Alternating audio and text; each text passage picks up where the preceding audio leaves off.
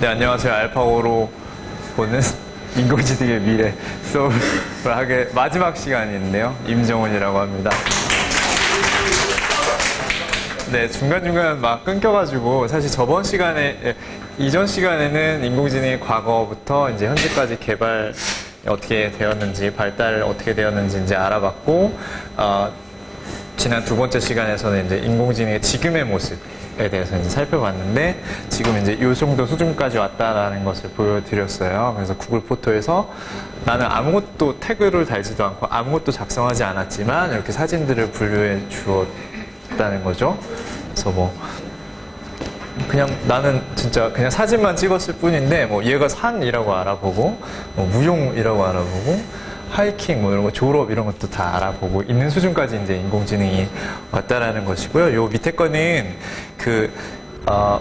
원래 사진을 찍으면 위치 태그가 이제 사진 속에 딱 정보가 들어가는데 그 정보를 다 지웠어요.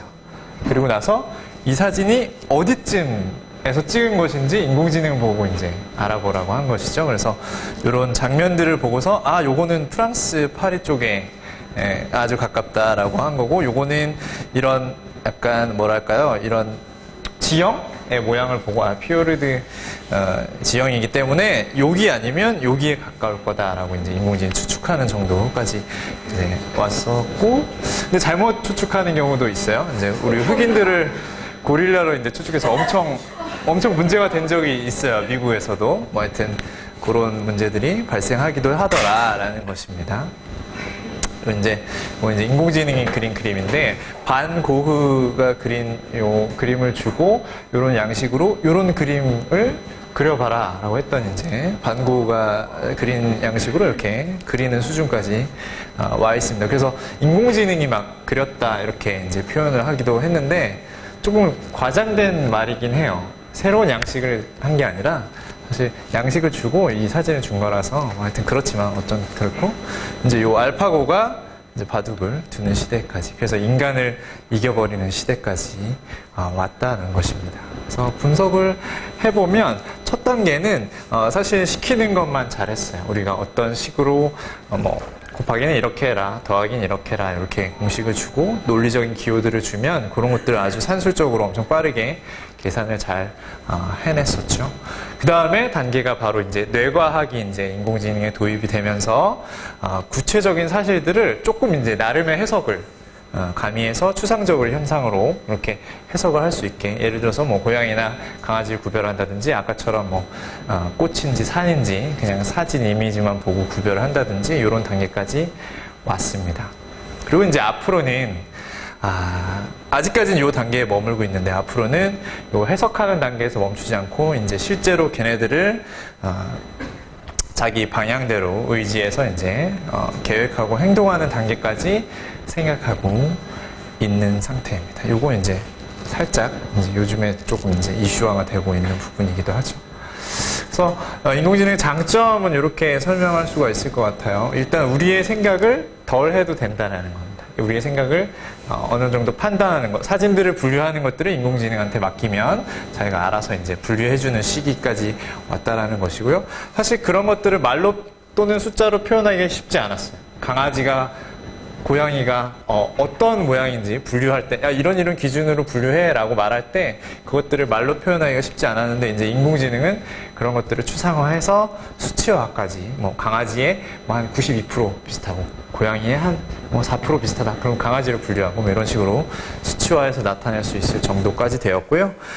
인간은 그 어떤 데이터를 우리 뇌까지 전달할 때 시냅스라는 것을 통하는데, 그게 이제 10에서 15층 정도로 이렇게 해서 구체화된 정보를 추상화하는 단계가 되게 10개에서 15개층으로 되어 있었는데, 이제 사실은 컴퓨터 프로그래밍이기 때문에 그 단계를 엄청나게 늘릴 수가 있어요. 그래서 알파고는 현재 48개층이라고 하고요.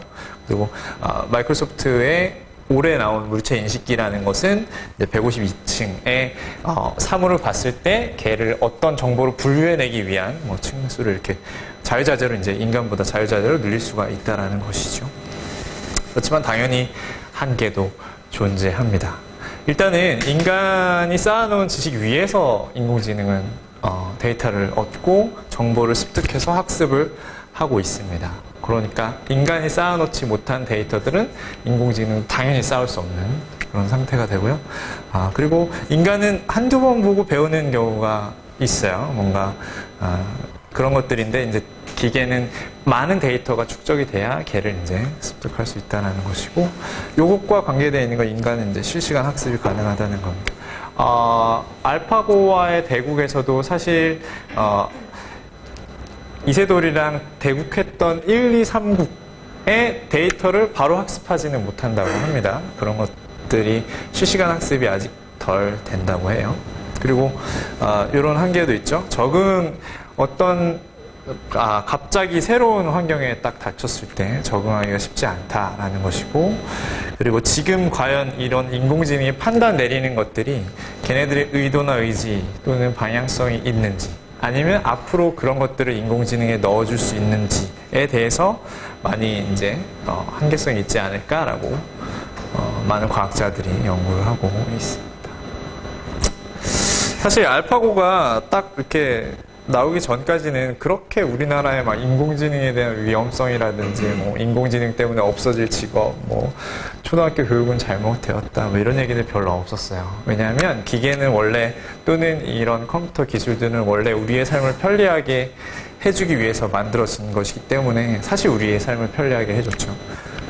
세탁기가 매우 중요한 발명품의 하나로 뽑혔는데요. 작년에 라디오를 들으면서 들었는데 여성 해방에 중요한 기기라고 합니다. 그래서 인류 역사상 최고의 발명품 베스트 10 안에 들은 걸로 기억하는데요. 세탁기가 없었다면 아직도 지금도 빨래를 하는 시간이 굉장히 하루 종일 있을 거라고, 그래서 여성들이 사회 진출하기가 쉽지 않을 거라고 이제 얘기를 하더라고요. 세탁기, 청소기, 포크레인, 비행기 등등 아주 우리에게 도움을 주는 기계들이죠. 근데 이런 것들이 사실은 좋았어요. 비행기 타고 제주도 가는 거 굉장히 좋죠. 걸어가면 굉장히 힘들 거니까요. 그런데 알파고 때문에 굉장히 이제 이런 것들에 대한 위기가 사실 생깁니다. 알파고 스펙을 보면 엄청나요. 빵후웨이랑 할 때는 1202개의 CPU하고 176개의 GPU를 갖고 있었고, 이세돌이랑 할 때는 1920개의 CPU. 우리 노트북 컴퓨터가 듀얼 아니면 쿼드예요. 그러니까 그게 몇백 개가 있는 거죠. GPU도 노트북 컴퓨터는 하나 아니면 두 개. 근데 이게 몇백 개가 있는 거죠. 이런 스펙을 갖고 있습니다. 그리고 전기를 이만큼 써요. 사람은 20W. 얘는 1메가와트. 그러니까 사람이 5만 배 효율적이라는 거죠. 전기 소모로만 보면. 그리고 물론 4판을 지고 한 판을 이겼지만 어쨌든 이 정도의 컴퓨터 파워를 갖고 있다는 것입니다. 이세돌이 1국 지고 나서 가만히 앉아서 새로 다 복귀를 합니다. 바둑에서는 복귀가 매우 중요해요. 자기가 졌든 이겼든 왜 그 순간에 그 수를 두었는지 판단을 하고 물어보기도 하고 이렇게 하는데, 이세돌은 알파고한테 물어볼 수가 없죠. 왜 너 거기다 뒀니? 라고 물어볼 수가 없습니다. 왜냐하면 얘는 의도나 방향성을 가진 게 아니라 실제로는 통계에 의한 그 수에 넣으니까 이길 확률이 몇 %다. 통계에 의한 수치고, 그 통계는 역대 우리 바둑에 나온 히스토리이기 때문에 어떤 스승한테 배운 것도 아니고요. 그래서 이세돌 아저씨가 이제 복귀할 때 굉장히 힘들었다고 합니다. 의지와 이런 것들이 아직은 없다라는 것이고요. 그러면 앞으로는 인공지능이 의지, 자기 생각을 가질 수 있는지 있을까요? 인공지능이 앞으로는 자기 의지대로 생각할 수 있고 사람처럼 스스로 생각할 수 있을까요? 많은 의문을 갖고 있습니다. 과학자들도 논쟁도 많이 하고 철학자들도 마찬가지고, 강의를 들었을 때도 굉장히 많은 이야기들이 오고 갔는데, 그래서 이렇게 나눴어요. 인공지능을. 의식을 갖고 있고 자기가 스스로 생각할 수 있는 인공지능을 강한 인공지능이라고 하고요. 지금 수준에 머물러 있는, 지금 인간의 데이터를 분석해서 해석해주는 것까지 하는 거를 약한 인공지능이라고 합니다. 그래서 사람들이 우려하는 바는 강한 인공지능에 대한 걱정을 많이 합니다. 일론 머스크나 빌 게이츠나 다들 이제 스티븐 호킹 박사도 인공지능에 대해서 굉장히 이제 인류가 멸망할 수 있다. 이 인공지능에 의해서 이렇게 얘기를 하고 있습니다.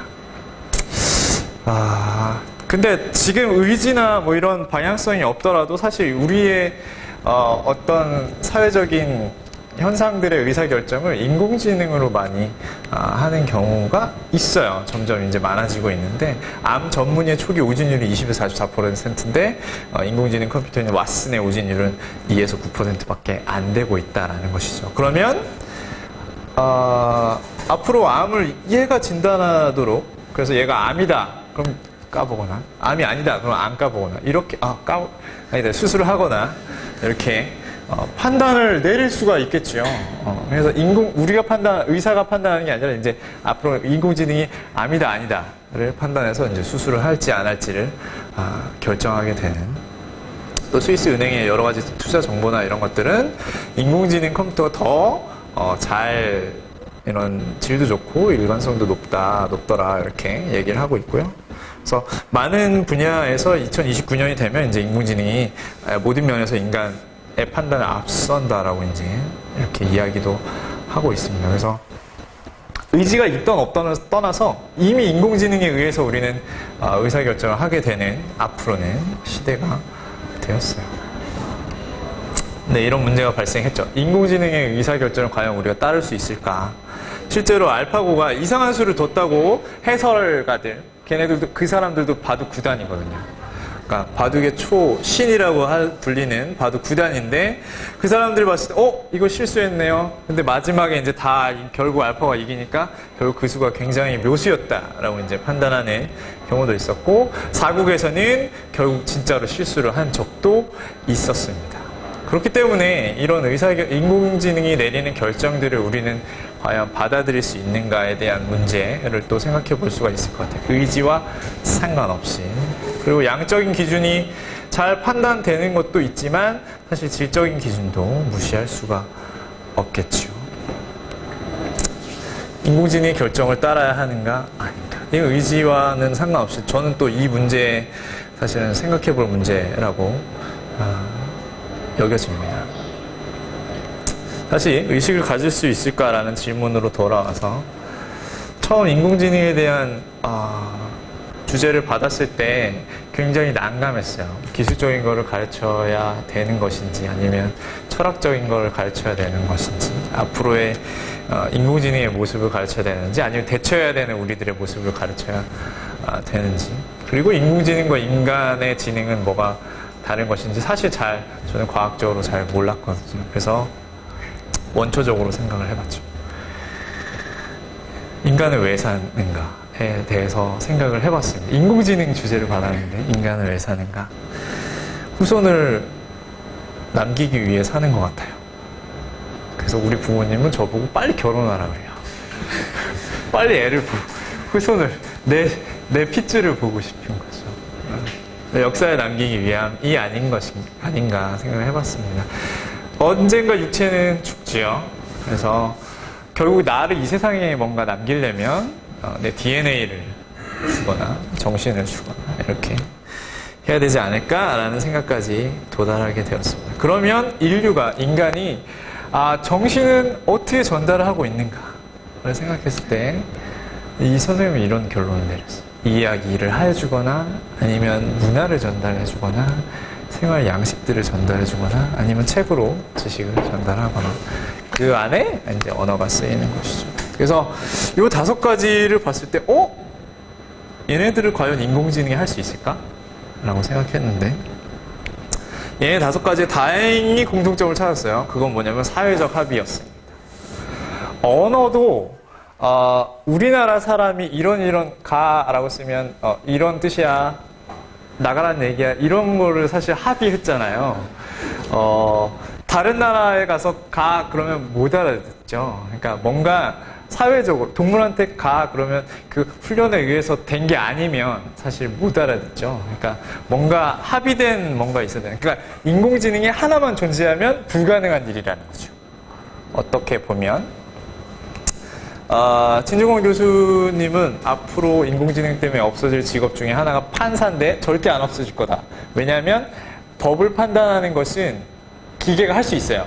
그죠? 법전에 나와 있는 형량이 있으니까. 그런데 그걸 사람들이 받아들이지 않을 거라고 말을 하더라고요. 근데 맞는 것 같아요. 인공지능이 나한테 3년형을 하면 나는 뭐라 하겠죠. 그걸 도저히 받아들일 수 없다고. 왜냐하면 사람들의 합의에 의해서 그런 법률도 쓰여지는 것이니까. 그래서 결론은 이겁니다. 사회적 합의가 굉장히 중요하더라. 지능, 지식 전달 이런 거에 면에서 굉장히 중요하다라는 뜻을 저는 좀 전달하고 싶어졌어요. 근본으로 생각하면서. 그래서 인공지능 가능할까라는 질문을 인공지능한테 많이 이렇게 던져봤습니다. 사회적 합의 불가능할 것 같아요. 제가 볼 땐. 뉴턴의 사과나 아르키메데스의 유레카 이런 번뜩이는 그런 것들이 과연 가능할까? 짜장면 짬뽕 과연 이것들을 잘 선택할 수 있을까? 세대를 거듭하지 않습니다. 인공지능은. 사람은 언젠가는 죽지요. 저는 죽음이 굉장히 안 좋은 것이지만 중요하다고 생각합니다. 제가 어떤 선택권에 있을 때 정말 힘든 이렇게 이걸 어떻게 선택해야 될지 모를 때 내일 죽는다면 이라고 생각하는 경우가 있어요. 내일 죽으면 과연 이걸 할까? 이걸 할까? 아마 여기 미디어 영어 잡스의 마지막 연설을 기억하는 친구들이 있을지 모르겠는데 그렇게 것으로 인류가 살아가는 걸 수도 있고요.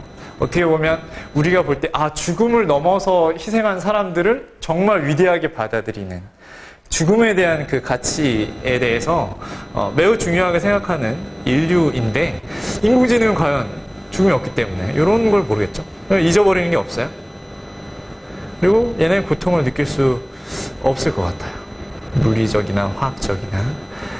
그리고 이런 질문들을 과연 얘네들 할 수 있을까? 또는 사람처럼 장난을 할 수 있을까? 왠지 모를 매력이 느껴지는 사람이 있지요. 그런 걸 어떻게 느낄 수 있을까, 얘네들은? 또는 없는 규칙을 만들 수 있을까? 규칙을 만드는 거는 굉장히 사회적 합의와 연관이 되어 있습니다. 나 혼자 규칙 만드는 건 소용이 없어요. 그죠? 어떤 단체 내에서 규칙을 만드는 것. 눈물 흘리게 하는 노래를 얘네들이 만들 수 있을까? 아마 여기는 지금은 아직 공감이 안 되겠지만, 이등병의 편지가 지금은 잘 공감이 안 되는데, 나중에 우리 오빠가 군대 갈 때 이등병의 편지를 들으면 좀 짠해요. 이상하게. 그럴 때가 있을 수도 있다는 거죠. 걔네들을 과연 작곡할 수 있을까? 답 없는 문제에 대한 끊임없는 철학자들이 많이 하는 것이고, 우리 권지훈 선생님도 이런 거 많이 하시는데, 이런 걸 과연 인공지능이 할 수 있을까? 또는 불리한 편에 서서 도전하는 거. 이세돌이 4국에서 이겼잖아요. 그래가지고 그 다음에는 내가 검은 돌로 한번 인공지능을 이겨보겠다. 백돌보다 검은 돌이 더 불리하거든요. 바둑은. 근데 이런 제의를 합니다. 과연 자기가 이기는 것의 목적이었다면 인공지능은 과연 이런 것들을 할 수 있을까? 아니면 초환경용 환경에 적응할 수 있을까라는 질문들을 많이 해봤습니다. 그래서 뭔가 먼 얘기거나 아니면 불가능할 것 같은 얘기들을 도출을 해내는데 바로 얘네들이에요. 뭔가 관계는 좀 힘들 것 같고, 장난 이런 거 힘들 것 같고, 직관, 취향, 공포, 창조, 호기심, 도전 이런 것들은 인공지능이 아무리 이렇게 의지를 갖거나 그렇게 되더라도 저는 약간 좀 어렵지 않을까 이런 생각을 가져봤습니다. 수업을 준비하면서. 그래서 이런 점은 사실 인간 특유의 정말 희한한 점이다라고 판단을 내렸죠. 인공지능 시대에 굉장히 인공지능에 대한 두려움을 얘기하면서 인공지능으로 대체될 교육을 하고 있다라고 우리 사피엔스 강의를 하시지만 그분이 이제 와서 8, 90%는 지금 초등학교 학생들이 배우는 거 8, 90%는 다 쓸모없다. 인공지능이 더 잘한다. 라고 얘기를. 맞는 것 같아요. 지금도 그래요. 지금도 제가 볼 때, 사실 우리 프로그래밍 수업 때 막 속성 외우고 가 외우고 이렇게 하지만 사실 인터넷 찾아보면 1초면 나오잖아요. 그런 거 외울 필요, 시험 문제 내지만, 굳이 외울 필요는 없어요. 솔직히 말하면. 그렇습니다. 그래서 인터넷에 많은 정보를 쓸데없이 배우고 있는 지금 교육체제. 그에 더해서 이제 인공지능이 훨씬 더 잘할 텐데. 그리고 인공지능으로 많은 직업이 없어진다고 합니다. 근데 분명한 것은 차이점이 있다고 했죠. 아까 그거예요. 저는 완전 근본적으로 가서 인류의 특징으로 가서 호기심, 번뜩이는 직관, 취향, 도전, 유명, 장난 이런 것들은 진짜 인공지능을 대체하기 어렵지 않을까. 의지가 있건 없건을 떠나서. 그래서 그리고 더 나아가서 사실 새로운 것들을 만드는 이 창조의 개념, 그리고 문화를 만드는 일, 기술을 만드는 일, 여러분들이 하고 있는 일이죠, 사실. 여러분들이 그냥 우리 학교에서 배워서 그냥 요거 해, 그러면 요거 하는 기술인이 아니라 앞으로는 이런 것들을 창조하는 사람이 될 거잖아요. 인공지능 시대에서 굉장히 필요한 역할이 아닌가. 저는 이걸 공부하면서 좀 점점 더 많이 느끼게 되었습니다. 그래서 앞으로의 이런 일들에 좀 더 집중을 해줘서 다른 일도 좋지만 이런 데 잘 공부하면 좋지 않을까 이런 생각을 해보면서 마치겠습니다. 오늘 좀 일찍 끝냈는데요. 사실 뭐 여러 가지 질문을 이제 던질 수 있을 것 같아요. 의식을 가질 수 있을까?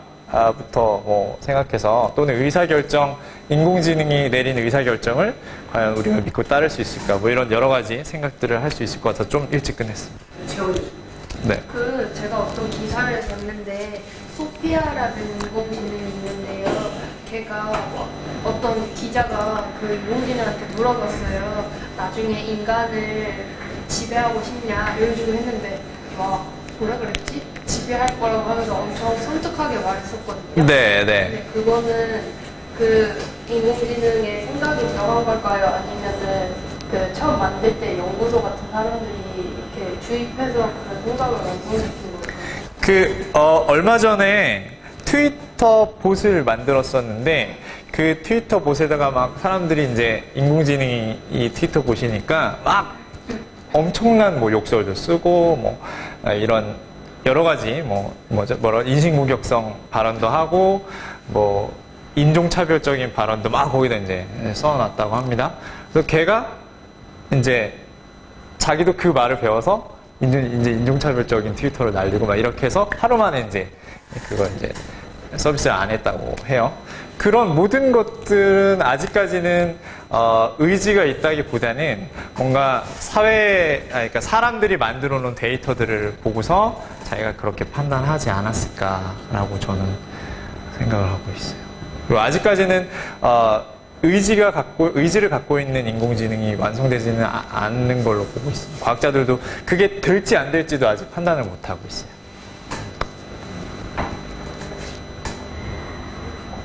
네. 질문 답이 됐나요? 네. 약간, 네. 네. 결국에는 아까 말씀하신 거로 보면은 그 사람들이 기계에 대해서 약간 불안하다고 생각하는 부분들 있잖아요. 뭐 취업난이라든가 뭐 그런 것들. 네, 있죠. 그런 사고에서 나오는 안 좋다는 의식이 나중에 인공지능에게 반영이 돼서 그게 오히려 저희가 그걸 원인이 될 수 있다는 거죠. 어떻게 보면 이런 거죠.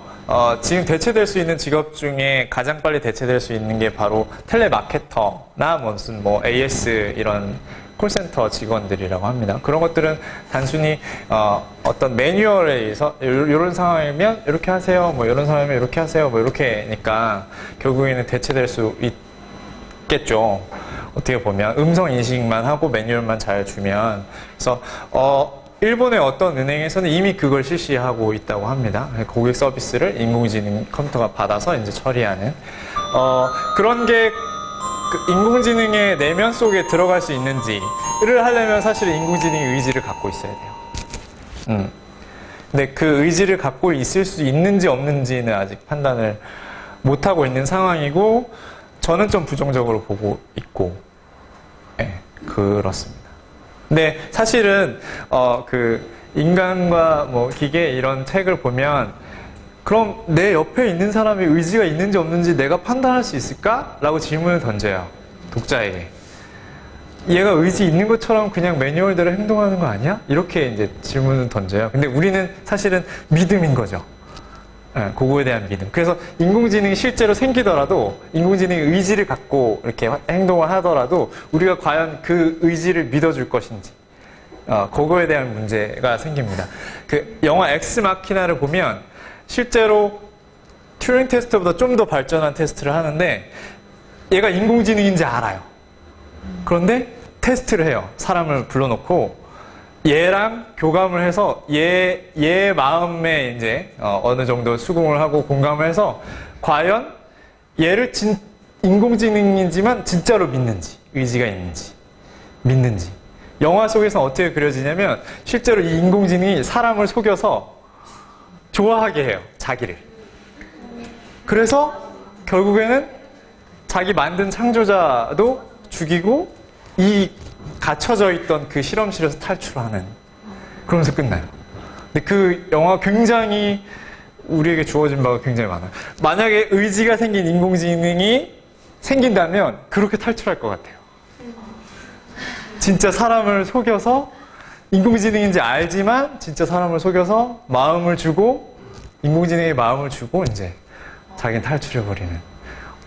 되게 엑스마키나라는 영화는 되게 이 수업 준비하면서 되게 야 진짜 강한 인공지능 생기면 그렇게 될 수도 있겠구나 이런 생각이 들더라고요. 근데 사람 아니요. 확실히 얘기가 있는데 결국은 이제 자유의지의 문제인데요. 현재 그 양자 물리학에서 지금 데이터가 나오는데 인간에게는 우리 자유의지가 존재하지 않는다는 것입니다. 그러니까 여러분들이 지금 의지를 갖고 있다, 의지를 가지고 행동한다 이 자체가 다 거짓말이 되는 거예요. 실제 이게 뇌과학에서 증명이 되는데 우리가 손을 이렇게 들려고 하면 이렇게 신경체계로 들라고 내고 들잖아요. 그런데 이 신호체계를 내기 전에 벌써 뇌에서 자극이 와요. 과연 이게 뭐냐는 거죠. 그러니까 그 전에 벌써 인간이 이렇게 들게 되어 있다는 거예요. 그렇게 따지고 보면은 이 자유의지라는 게 인간만의 고유의 특성이라고 얘기하는데 만약 인간이 자유의지라는 게 없다면은 우리가 제대로 또 사회적 연구가 이런 것도 한번 고민을 해봐야 되는데 양자 물리학에서 벌써 이제 인간은 자유의지가 없다라고 지금 거의 이제 이게 기정사실화가 됐습니다.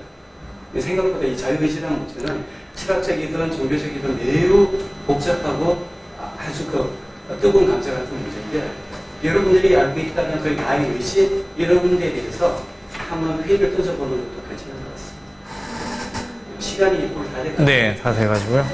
잘 들어줘서 고맙습니다.